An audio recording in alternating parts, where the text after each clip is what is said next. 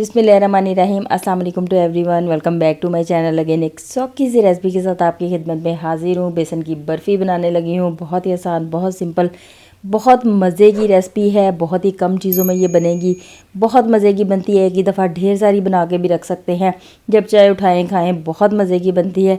तो इस रेसिपी को आप ज़रूर ट्राई कीजिएगा। रेसिपी स्टार्ट करते हैं।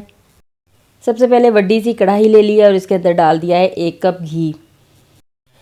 बर्फ़ी को हम घी में ही बनाएंगे, ऑयल में नहीं बनाएंगे। घी के पिघलने का इंतज़ार करें। जब घी पिघल जाए तो इसके अंदर 2 कप बेसन डाल दें।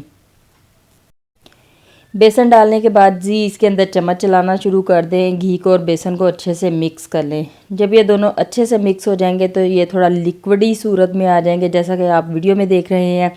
तो अब इसको हमने भूनना स्टार्ट कर देना है। इसे लगेंगे 8 से 10 मिनट। बेसन को आपने 8 से 10 मिनट हल्की आग के ऊपर अच्छे से भूनना है। अगर आप इसे अच्छे से नहीं भूनेंगे तो बेसन का कच्चापन नहीं जाएगा, बर्फ़ी मज़े की नहीं बनेगी।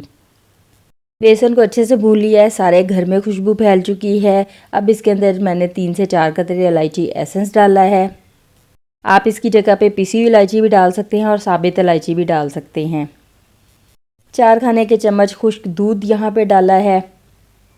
अच्छे से इसको मिक्स कर लें। खुश्क दूध को थोड़ा फैला के डालना है, एक ही जगह पे नहीं डालना, गुठलियाँ बन जाएंगी। फैला के डालने के और चम्मच के साथ अच्छे से मिक्स कर लेंगे तो इसकी गुठलियाँ नहीं बनेंगी। चम्मच को जैसे भी चलाएं, लेकिन बहुत अच्छे से मिक्स कर लें। थोड़ी देर में खुश्क दूध इसके अंदर मिक्स हो जाएगा। अब इसके अंदर हमने डालनी है पिसी हुई चीनी। पिसी हुई चीनी यहाँ पे ली है मैंने 1 कप।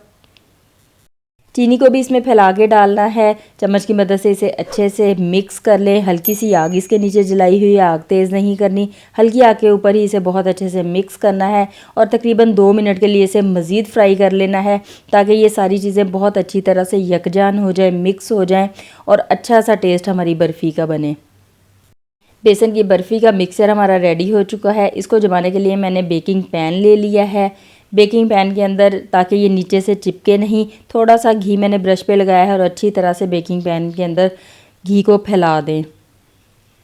इससे बर्फ़ी बहुत आसानी से बाहर निकल आएगी, लेकिन मज़ीद आसानी के लिए मैंने इसके अंदर लगा दिया है बटर पेपर। इससे बहुत आसानी से आप पूरे का पूरा ब्लॉक बाहर निकाल सकते हैं और उसकी कटिंग कर सकते हैं। तो यहाँ पे जी बटर पेपर लगाने के बाद जो बर्फ़ी का मिक्सर हमने बनाया था वो सारे का सारा इसके अंदर डाल दें। इसको थोड़ा टैप कर लें। बर्फ़ी के मिक्सर को अच्छे से पैन के अंदर फैला दें और इसके ऊपर पिस्ता बादाम आप अपनी मर्ज़ी से लगा सकते हैं। चाहे तो ऐसे भी इसे जमा लें, चाहे तो पिस्ता बादाम लगा दें, या कोई और ड्राई फ्रूट्स आपको पसंद हो तो वो भी आप इसके ऊपर लगा सकते हैं। इसको ठंडा होने के लिए छोड़ दें। आप इसे फ्रिज में रख के भी ठंडा कर सकते हैं और बाहर किचन काउंटर पे भी पड़ा रहने दें, तो ये थोड़ी देर में जम जाएगा। तो यहाँ पे जी हमारी बर्फ़ी जम चुकी है। अब मैंने बटर पेपर लगाया था, उससे मुझे बहुत आसानी हुई, मैंने बहुत आराम से इसे बाहर निकाल लिया।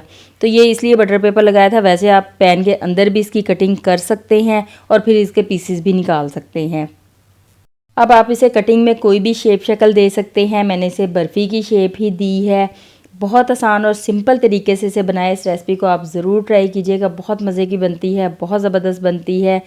रेसिपी को ट्राई करें। वीडियो को अपने दोस्तों के साथ, अपनी फैमिली के साथ शेयर करें। आप नहीं भी बना रहे, कोई और बना लेगा, किसी और को अच्छी और मज़े की रेसिपी मिल जाएगी। इसके साथ साथ जी अगर आप मेरे चैनल पर नए हैं तो मेरे चैनल को सब्सक्राइब कर लें। विज़िट नहीं किया तो विज़िट कर लें, ताकि इस तरह की सौखी मज़े की और भी रेसिपीज़ आपको मिल जाएं। आप मेरे चैनल को विज़िट करें। मैं आपसे मिलती हूँ किसी नई वीडियो में, किसी नई रेसिपी के साथ। अपना ख्याल रखिएगा, दुआओं में याद रखिएगा। अल्लाह हाफिज़।